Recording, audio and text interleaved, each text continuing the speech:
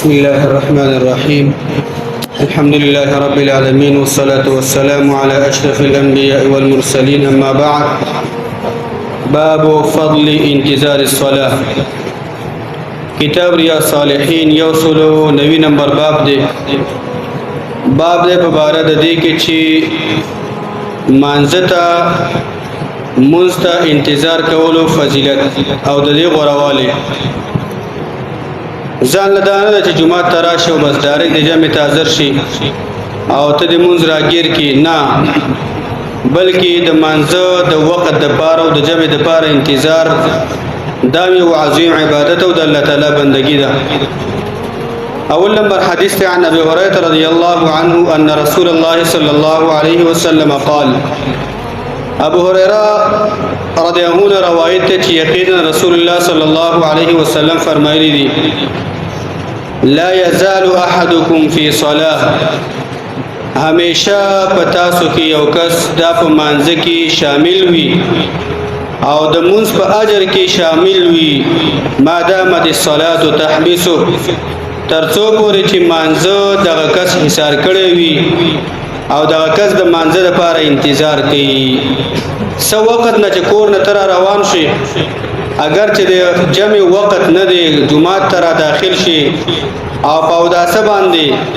نه ته چې څومره انتظار د مانځه لپاره کې او دغه وخت چې کوم دی د انتظار دا ستاسو په مانځه کې شامل دی لا يمنعه ان ينقلب الى اهله الا الصلاه الله پیغمبر به فرمایي چې نه منع کوي دغه کس لاره چې واپس شي وګرځي خپل کور ته مگر منځو یعنی دا کس چې د جمعه تر راغلی دی انتظار کې چې ناشته بل لالچ نه دی بل نیت نه دی صرف د دې لپاره راغلی دی چې منځو کما جمع وکما د خپل مؤمنانو ورونو سره او دا غینه بعد به ما کور ته لاړ شم او د کور کارونه ډوړې چې دا وځو وکما یعنی معنی او مقصد دا دی چې هغه کچ هغه وختي جمعه ته راځي او د مونږ په انتظار کې ناس وي دا سړی د جو دغه شانته د مانځه هغه اجرونو کې او نعمتونو کې او رحمتونو کې دا سړی شامل دی کوشش دا کول پکار دی جمعه ته وختي راتګ دا پکار دی چې زمونږ استاد دا وخت د الله په بندګۍ او عبادت کې تیر شي. دویم نمبر حدیث هغه د ابي هريره رضی الله عنه هغه چې یقینا رسول الله صلی الله علیه وسلم فرمایلی دي الملائكة تصلي على أحدكم ما دام في مصلاه الذي صلى فيه ملائكي دعاګانې کوي ستاسو کې یو کس باندې ما دام في مصلاه الذي صلى فيه ترڅو پورې چې دا سړی همیشه دا سړی په هغه ځای کې دا ناس وي چې کوم ځای کې دی مونږ کړی دی د مونږ نه بعد یو سړی د خپل مانځه په ځای باندې ناس چې په کوم ځای باندې مونږ کړی دی ملایکې دغه سړی باندې دعاګانې کوي دغه لپاره الله ته دعاګانې کوي خدای الله پیغمبر به فرمایي ما لم يحدث چې دغه سړی کوم ګناه نه وکړي دا سړی د مانځه نه بعد په خپل ځای باندې ناشته خو چې دې سړی کوم ګناه نه وکړي ملایکې ته دعاګانې کوي ما لم يحدث یو معنا دا ده ما لم يعصي چې دې سړی کوم ګناه نه کړي غیبتونه تهمتونه او د بل سره دغه شانته د غوا او د ګړې او د بزی خبرې و غیره نور جمعات کې باغ څه نه وي چې کم عبادت ني د دنیا خبرې په جمعات کې نه ویل کېږي او یا ما لم يحدث معنا دا چې د دې سړی او دس نیو مات شوی په خپل ځای باندې ناس وي او دغه شانته دا چې څومره ناس وي او داسې کې او دغه د مانځه په ځای باندې مصلا باندې ناس وي خو چې دې سړی او دس نیو مات شوی ملائکه ته دعاګانې کوي تقول دا ملائکه وي اللهم اغفر له یا الله دا سړی ډیر ګناګار دی الله معافي وته وکي بخنه وته وکي اللهم ارحمه یا الله په دې سړی باندې رحم وکي معنا درجه ولا اوچته کا نعمتونه ولا سیوا کا الله تعالی د دې عمل نه زیاته بدلی خسته بدلی وته ورکړه رحم دې ویلږي الله دې موږ تاسو کې شامل کړي معنا مقصد دا موږ تاسو دې ورونه داسې چې د څنګه سلام وګرځي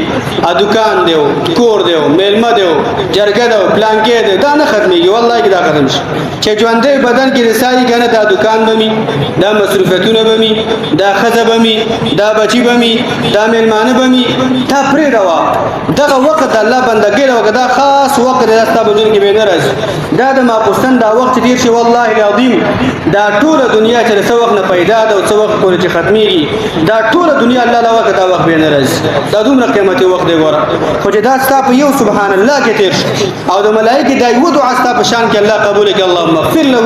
اللهم ارحمه دا څومره دعا ده څومره یعنی عظیمه دعا ده یو ورځ به قبول شي کنه یو ورځ به الله تعالی زما او تاسو باندې کمزوري بدن باندې یو ورځ به الله رحم وکړي کنه نو دې وختونو چې څومره ستانه خالص وي او په پاک دې باندې الله تعالی صدقه سګي دغه ملائکه ته دعاګانې ځان دې خو کې مولوی سے بوتا ته کوي او دا دغه شانته د مانځي کې کوم دعاګانې ته کې دا خو اسم دي خو چې ملائکه دعاګانې هغه مخلوق دي چې لا يعصون الله ما امرهم ويفعلون ما يؤمرون دا الله ذره بر کو تایید هغه شانته ذره بر د الله تعالی په حکمونو کې نقصان نه کوي او الله چې کوم څه دوی په شان دی کوي داغه دعا بول نه قبليږي نو چې کله منځو شي مؤمن مسلمان چې داغه او دس نعمت هغه ځان په ګناه کې نه اخته کړي ملائکه دا دعاګانې کوي اللهم اغفر له اللهم ارحمه نستړي کې په دې ذکر باندې دا وی ذکر دی او دا الله تعالی د مؤمنانو مسلمانانو دغه شان د خلکو د بار الله تابع کړی دي چې الله دې دنیا ته را لېږلي چې دغه شان د خلکو د بار دعاګانې کوي اخیرنه حدیث ته وعن انس رضي الله عنه ان رسول الله صلى الله عليه وسلم اخر ليله صلاه العشاء الى شطر الليل انس زمون روایت چې یقینا رسول الله صلى الله عليه وسلم ایوشپا دغه شانته د مافوتن مون داروستکو نیمایش پته ورسو دغه څنګه الله پیغمبر د مولوستکو روستکو نیمایش پته ورسو ثم اقبل علينا بوجهه ما بعد ما صلى بيد الله پیغمبر صلی الله علیه وسلم ته مخ راوړو کله چې هغه منځ کو انس فرمای فقال الله پیغمبر ویرا صلی الناس ورقدوا خلق منځونه وکړل او په کټونو کې پرې وتلو د شول سترګې پټې کړې ولم تزالوا في صلاه منذ انتظرتموها او تاسو همیشه د مانځ په ثوابونو او اجرونو کې استئ دغه شان منذ انتظرتموها څومره چې تاسو دغه شان ته څو وخت نه چې تاسو دغه مانځ په انتظار کې وای نو تاسو د مانځ په ثوابونو کې اجرونو کې تاسو شامل وای دا مو چې تاسو وخت راغلی وای او دوه انتظار د نیمایش په تو کو نه دا ټول وخت تاسو د انتظار دا د مانځ په ثوابونو کې دی دا د مانځ په اجر کې دی اسې کم ناشتي چې ګناه کې نه یختا به او دسنی اسې ناشتي اسې ذکر ولا پرې روا ته دې چې الله تعالی دومره اجر په جمعات کې درکې او د مونږ انتظار ته کې او مونږ د پاره تناسب دومره اجر الله تعالی درکې لګ مانځ کې چې دغه شان د قاری سره لګي خیرات کوي او دغه ثوابونه تاسو روان دي دومره اجر رب العالمین تعالی درکې جمعات کې ناشتي دې ټول حدیثونو مطلب دا دی چې هغه شانته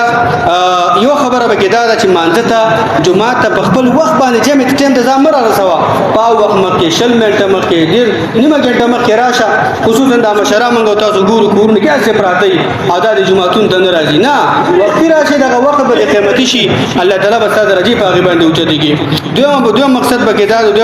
دغه شانته فائدہ به ډیر وایتونی کې دا چې د مانځنه بعد دغه شانته کوم اسکار دی هغه وا دعاګانې دی هغه کوا او دغه ځکه چې ترڅو پوری شي ستاسو چې حاجت نه پیدا شي ډیر ضروري کار مزه ځکه د ملائکه ستاره لپاره دعاګانې کې ورځ به ان شاء الله دعاګانې قبليږي الله به موتا د موافق مستحقین ګرځي اوله فائدہ به کې دا ده الحث على حبس النفس في طاعه الله وفعل الخير والصبر على ذلك